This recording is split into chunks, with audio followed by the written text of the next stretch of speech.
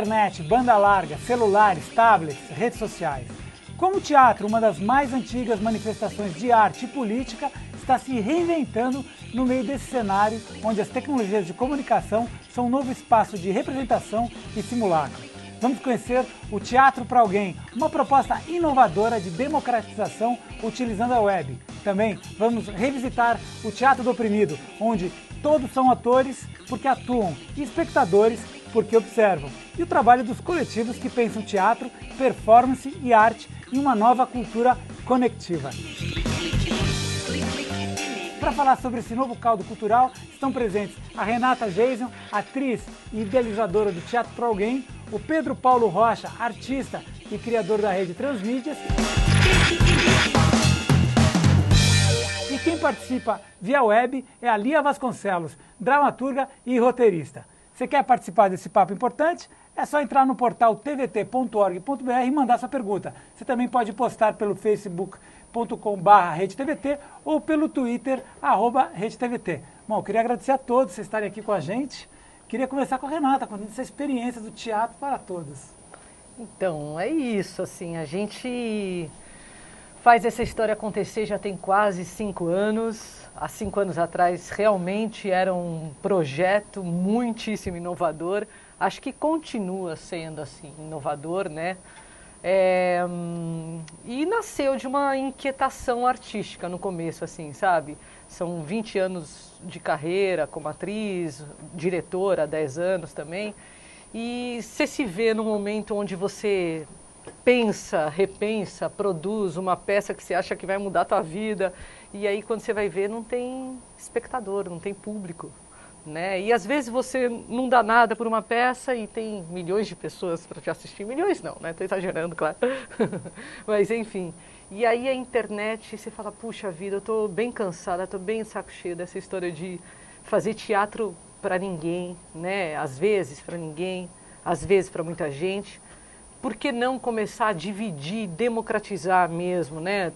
Levar o teatro para lugares que, quem sabe, não existe uma sala de teatro, uma sala de cinema. Muitos lugares do Brasil não existem, né? Enfim. Mas existe uma lan house em cada cidadezinha dessa que, né, longínqua. Então, eu comecei com essa inquietação, eu e o Cal, que é o outro idealizador do Teatro para Alguém, meu marido, diretor de fotografia. E aí a gente começou e a gente falou, puxa, vamos lá, vamos começar a chamar todos os dramaturgos, os autores que a gente sempre admirou e sempre quis trabalhar. E aí a gente começa a fazer essa brincadeira com transmissão ao vivo pela internet. Então tudo nasceu desse jeito, assim. E esse é o site aqui, ó, teatroparaalguém.com.br. Um site super bacana. Aqui você tem todas as peças, né? O vídeo das peças. É o YouTube do teatro. É o YouTube do teatro, exatamente. É mais ou menos isso. E uma rede que você tem, onde tem projetos, né? Uma rede cultural, na verdade. Assim, é uma coisa que eu propus, isso é muito novo, tem alguns meses, né? A gente teve um patrocínio da Petrobras o ano retrasado, que me proporcionou repensar o site, assim. Sim. Então, a rede cultural é uma coisa que eu pensei em criar para o artista em si, né?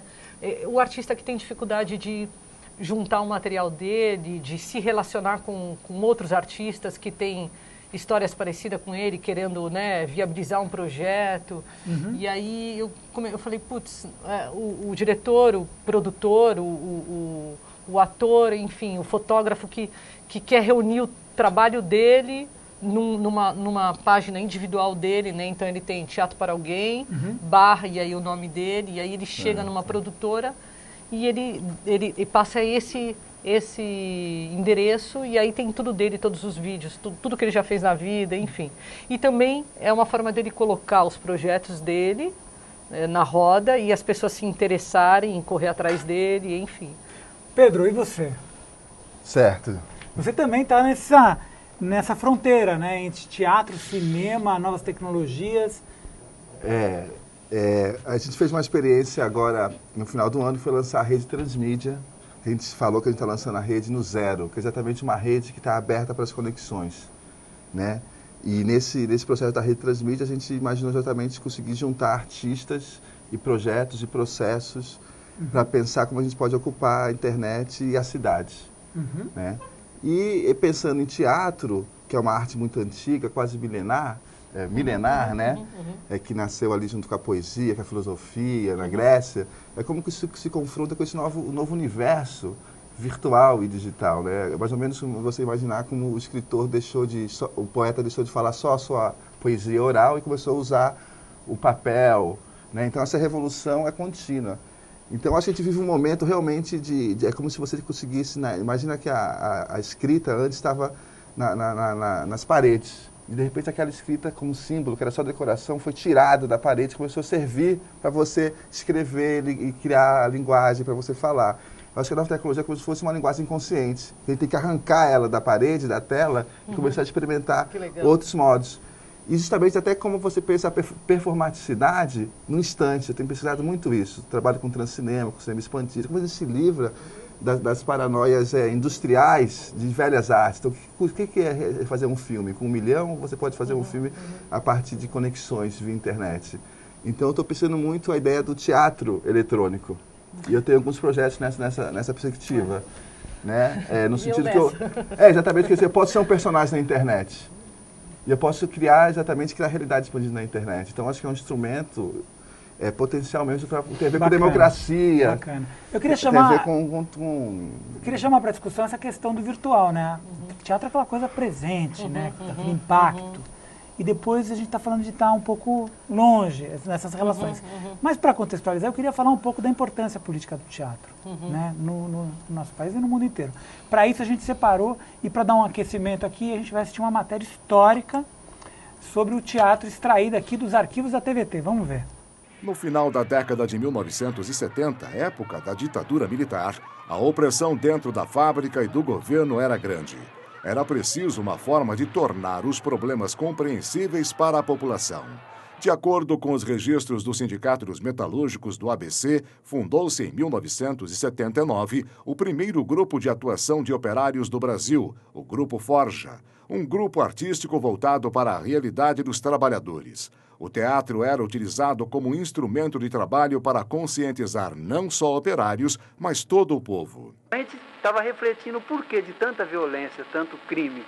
E a gente chegou a ver que é a condição que o trabalhador está levando hoje, de salário baixo, onde ele vê assim, a sua família morrendo aos poucos. O grupo levava esquetes para a porta da fábrica, fazia uma montagem rápida, provocava debate e chamava a atenção das pessoas.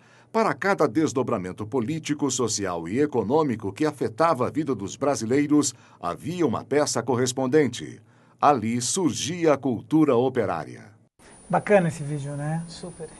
Bem a luta mesmo. Essa luta, a gente consegue levar ela para o virtual, esse impacto? Tem que conseguir, né?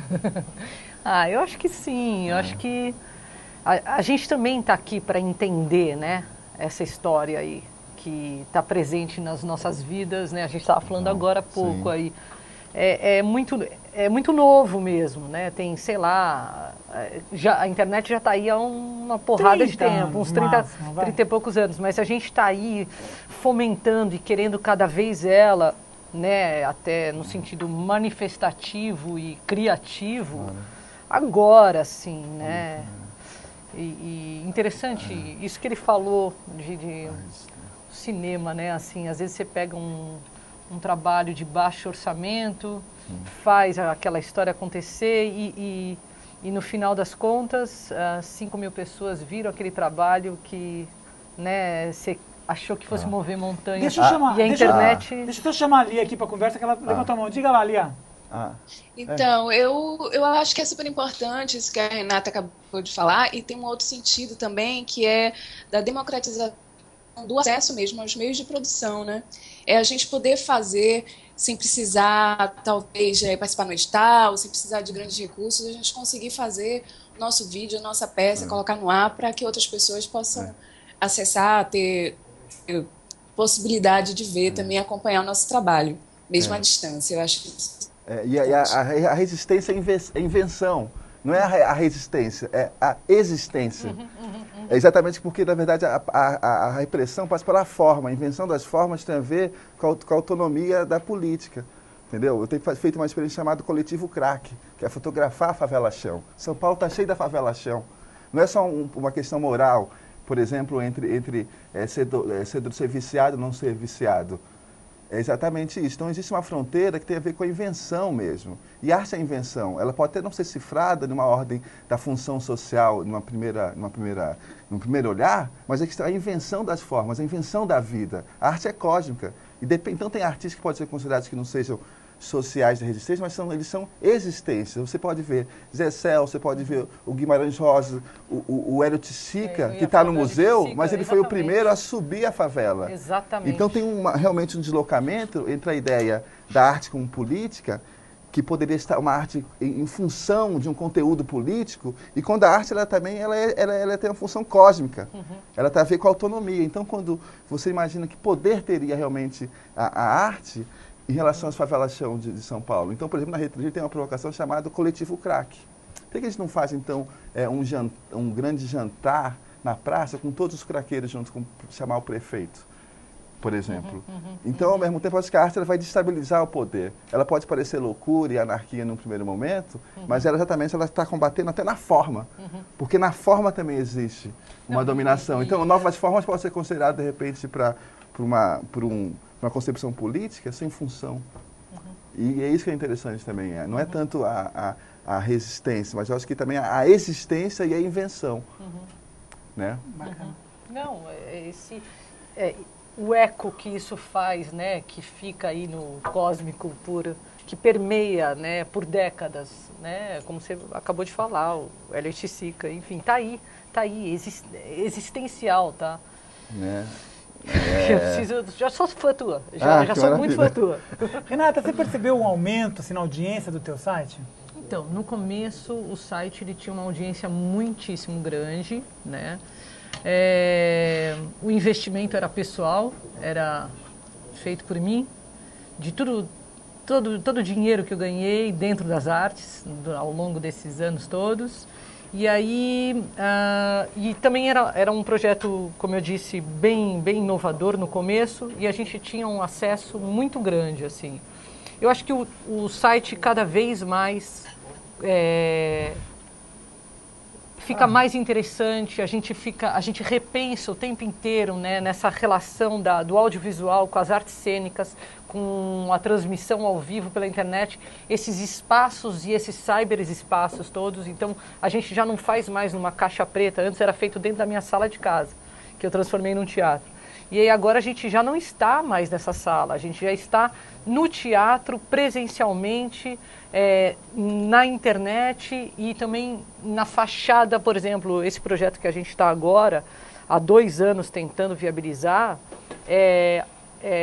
o sonho o desejo ao mesmo tempo você está projetado ao vivo, né, enfim, no momento que está sendo realizada a peça, numa fachada de um prédio que tem uma importância no centro de São Paulo, onde o craqueiro, o passante, enfim, o cara que está saindo do trabalho, assista e se relacione e participe com aquilo, né? Tenha um sentido para ele aquilo. Então, não é só para quem está dentro de um espaço, é para quem está em todos os espaços ao mesmo tempo, né? E tem uma ideia que a tecnologia é como se fosse uma nostalgia do corpo, como se fosse algo contra o corpo. É uma extensão. E é como se fosse só uma extensão de um novo capitalismo, mas é o contrário, é exatamente a fissura. A tecnologia é a fissura, é a possibilidade de transformar isso. Entendeu? Um tipo de liberdade que você tem. Claro que a tecnologia não está acessível a todos. Claro, a gente está falando de um shopping center no mundo, um shopping center tecnológico no mundo, ilhas, mas ao mesmo tempo ela é uma fissura. Bacana. Então não pode ser moralista a tecnologia, tem que usar ela mesmo como meio. Então, mas a partir do momento que você coloca numa fachada de um prédio, está acessível a todos. Exatamente. Bacana. Né? Bom, só para contextualizar, o Pedro é filho do grande Glauber Rocha, mas a gente vai fazer um pequeno intervalinho. Esse primeiro ato aqui está acabando, mas a gente volta já já para continuar esse papo sobre arte e política. Aguenta aí.